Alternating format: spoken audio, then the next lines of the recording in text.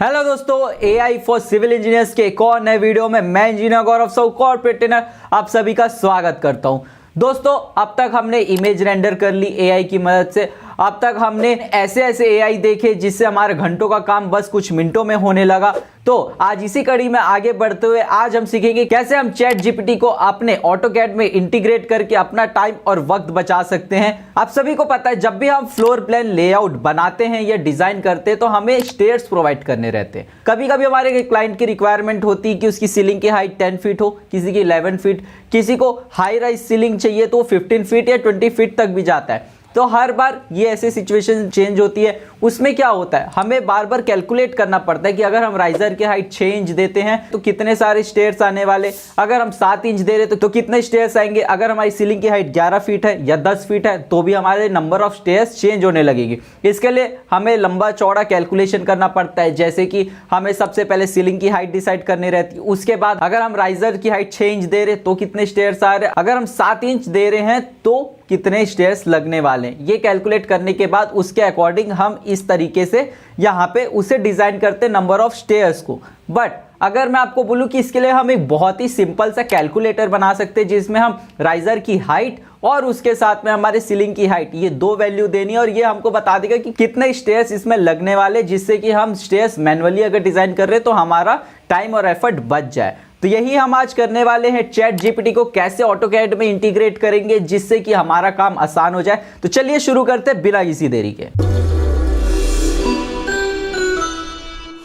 तो दोस्तों, हमें ये स्टेयर डिजाइन करना है, ये हमने पहले भी किया है। अब इसमें कितने स्टेयर्स आने वाले हैं, अगर हम मैनुअल मेथड में जाने लगे, अगर हम YQ आर्च यूज़ नहीं कर रहे या हम किसी तरह का AI प्लगइन यूज़ नहीं कर रहे तो हम फिर भी अपने तरीके से एक शॉर्टकट बना सकते हैं। आपने ऑटोलिस्प का नाम तो सुना होगा, अगर नहीं सुना तो मैं बता देता हूँ। ऑटोलिस्प एक प्रोग्रामिंग लैंग्वेज है जिसे हमारा ऑटोकैड जो सॉफ्टवेयर है वो रीड करता है। स्पेशली जो हमारे ऑटोकैड से रिलेटेड सॉफ्टवेयर है वो उसे रीड करते हैं, उससे हम ऑटोकैड को कमांड देते हैं उसमें प्रोग्रामिंग करके। बट हम तो सिविल इंजीनियर्स हैं, हम प्रोग्रामिंग नहीं कर सकते, बिल्कुल सही, पर हमारे बिहाफ में चैट जीपीटी तो कर सकता है।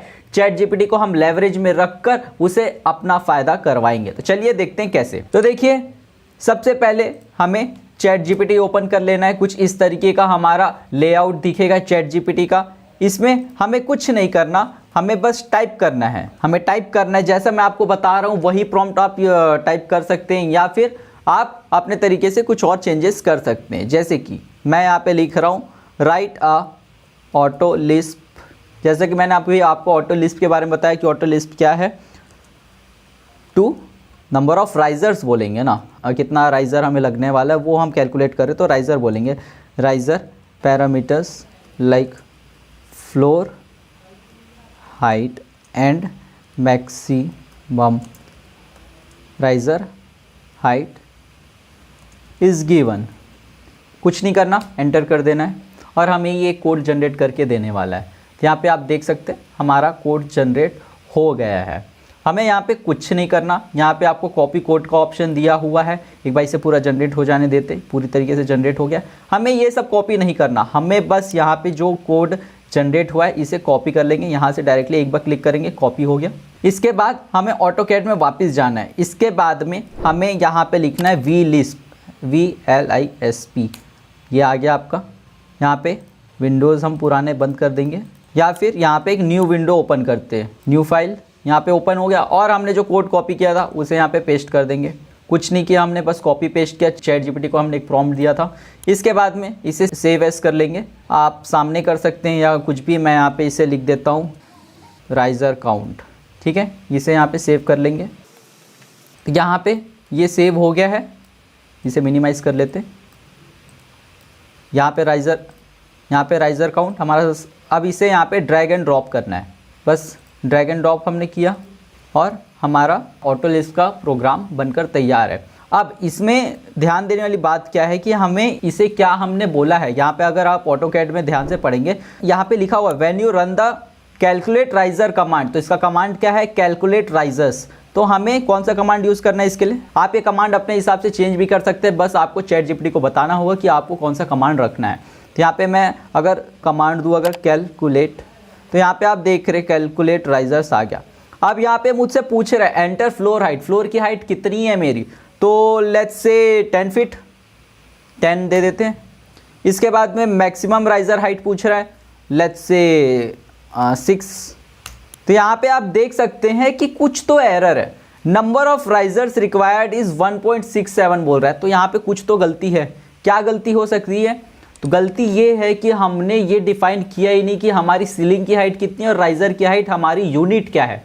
सीलिंग की हाइट हम फीट में लेते हैं, राइज़र की हाइट हम इंचेस में लेते हैं, बट हमने जो कमांड दिया है उसमें कोई भी स्पेसिफिकेशन हमने नहीं दी है यूनिट की। तो क्या हो रहा है कि वो एक ही यूनिट लेके चल रहा है, तो उससे क्या हो रहा है, उसके हिसाब से वो कैलकुलेट कर रहा है। तो हमें कुछ नहीं करना, हमें यहाँ पे लिखना है रीराइट द कोड, या फिर प्रोग्राम लिख सकते हैं, with unit floor height in feet. Floor की हाइट हम फीट में लेंगे और जो हमारा राइज़र का हाइट है उसको हम इंचेस में लेंगे। तो risers height in inches enter कर देंगे। तो अपडेट करके एक नया कोड आपको मिल जाएगा। यहाँ पे हमको यहाँ पे कुछ नहीं करना, इसे बस जनरेट होने देंगे पूरी तरीके से। यहाँ पे ये जनरेट हो जा रहा है, जनरेट हो गया, कॉपी कर लेंगे। आपको वापस से जो हमारा vlisp था, vlisp जो हमारे यहाँ पे था, क्या आप यहाँ से डायरेक्टली कर सकते हैं या फिर मैं इसका आपको एक और शॉर्टकट मेथड बता देता हूँ। ये जो हमने फाइल बनाई थी इसी को सेलेक्ट करेंगे और इसी को रिप्लेस कर देंगे हमारे न्यू कोड से और Ctrl+S दबा देंगे, मतलब सेव हो गया। आप क्या करेंगे, वापस ऑटोकैड ऑन करेंगे और इसे ड्रैग एंड ड्रॉप कर देंगे। हो गया, हमारा अपडेट हो गया। अब वापस से हमारा कमांड क्या था, कैलकुलेट राइज़र। कैलकुलेट राइजर्स यहाँ पे किया हमने। फ्लोर की हाइट पूछ रहा है, लेट्स से 10 फीट 10 डाला। अब आप एक चीज़ देखेंगे, फ्लोर हाइट इन फीट पूछ रहा था, पिछली बार नहीं पूछ रहा था, हमने 10 डाला। अब यहाँ पे राइज़र की हाइट इन इंचेस पूछ रहा है, तो इंचेस हमें कोई भी सिंबल नहीं डालना उसका, तो हमें बस सिर्फ एक नंबर डालना है। राइज़र की हाइट हम 7 इंच दे देते, एंटर करेंगे और यहाँ पे हमारा नंबर ऑफ राइजर्स क्या आ गया, 17.14। मतलब कि 17 नंबर ऑफ राइजर्स हमें लगने वाले हैं 11 फीट की हाइट या 10 फीट की हाइट जो हम दिए थे वहां तक पहुंचने के लिए। अब यहाँ पे देखने वाली बात क्या है, 17.14। तो 0.14 का मतलब क्या है, अगर ये 5 के आसपास रहता तो ये 17 स्टेयर्स के राइजर्स को हम 18 कर देते, बट क्योंकि ये 0.5 से कम है तो हम इसे क्या लेंगे, 17 ले लेंगे। मतलब सभी में कुछ कुछ इंक्रीमेंट हम करते जाएंगे।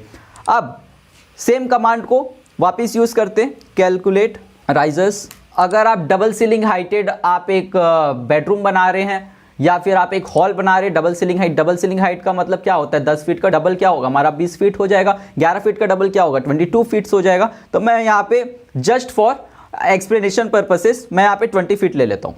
20 फीट एंटर किया और राइजर की हाइट हम दे देंगे 7 इंच।